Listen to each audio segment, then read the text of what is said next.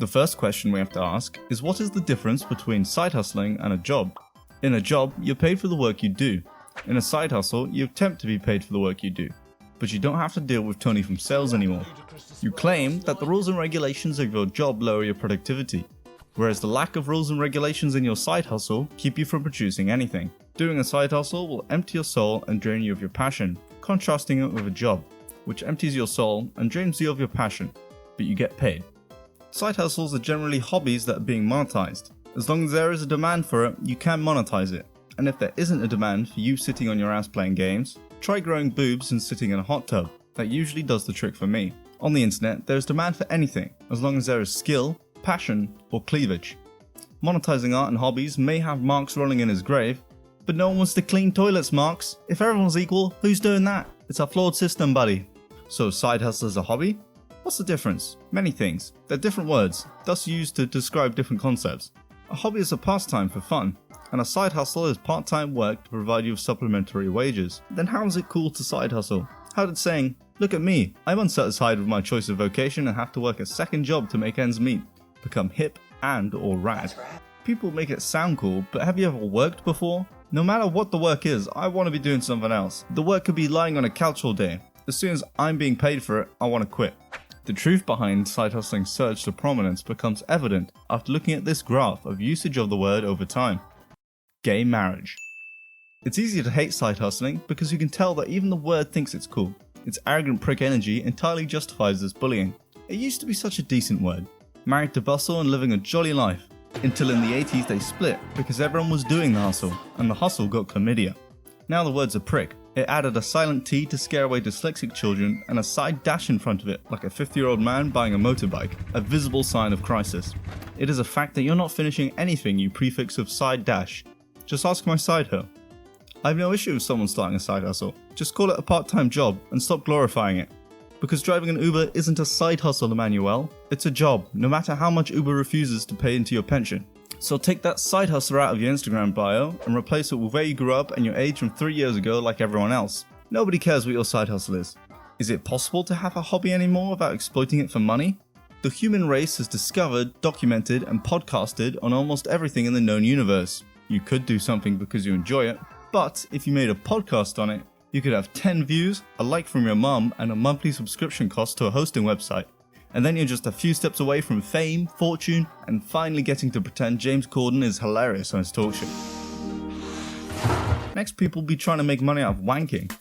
No wait, you can do that, and it's a more viable choice than becoming a photographer. I would encourage teens to work in porn over getting a degree in art studies, because if life is going to fuck you over, you might as well get paid for it. Apparently owning a camera that isn't your phone is qualification to become a side hustler, because the only difference between you and Mr. Beast is the camera quality, and the only difference between me and Casually Explained is the animation quality.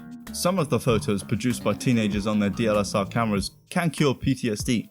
It's hard to concentrate on the past when something that out of focus exists. Why have I always got 15 different invitations to like someone's new art page?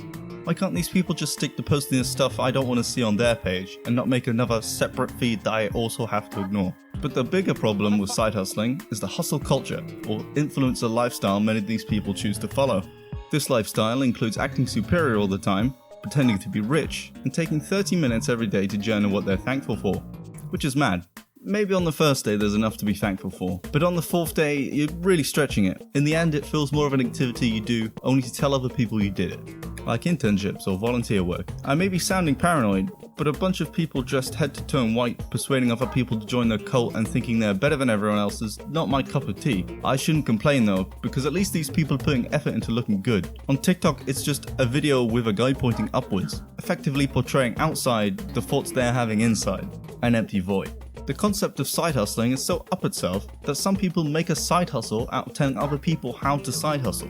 The equivalent of a blind man doing a visual presentation to other blind men on how to lead the blind.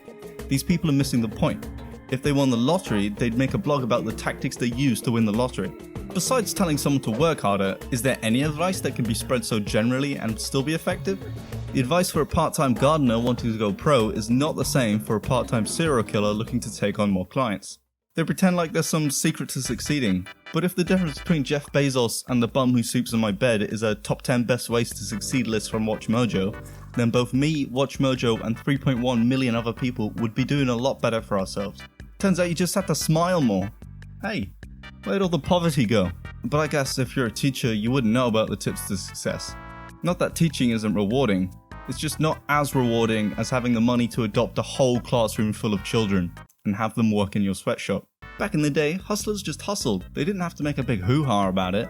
Leonardo da Vinci never once posted about his success to Instagram. But times change. 40 years ago, co-founding Microsoft in your garage wasn't considered a proper job. But now, our generation can only dream of owning a garage. Everybody wants to co-found Microsoft, but that requires original ideas, effort, and skills. And why do all that when you could just become an investor side hustler? Investing is a great side hustle, because all you're doing is copying other people mixed with gambling. It can be very lucrative and also makes you seem smart, using words like compound interest, ETF, and economy.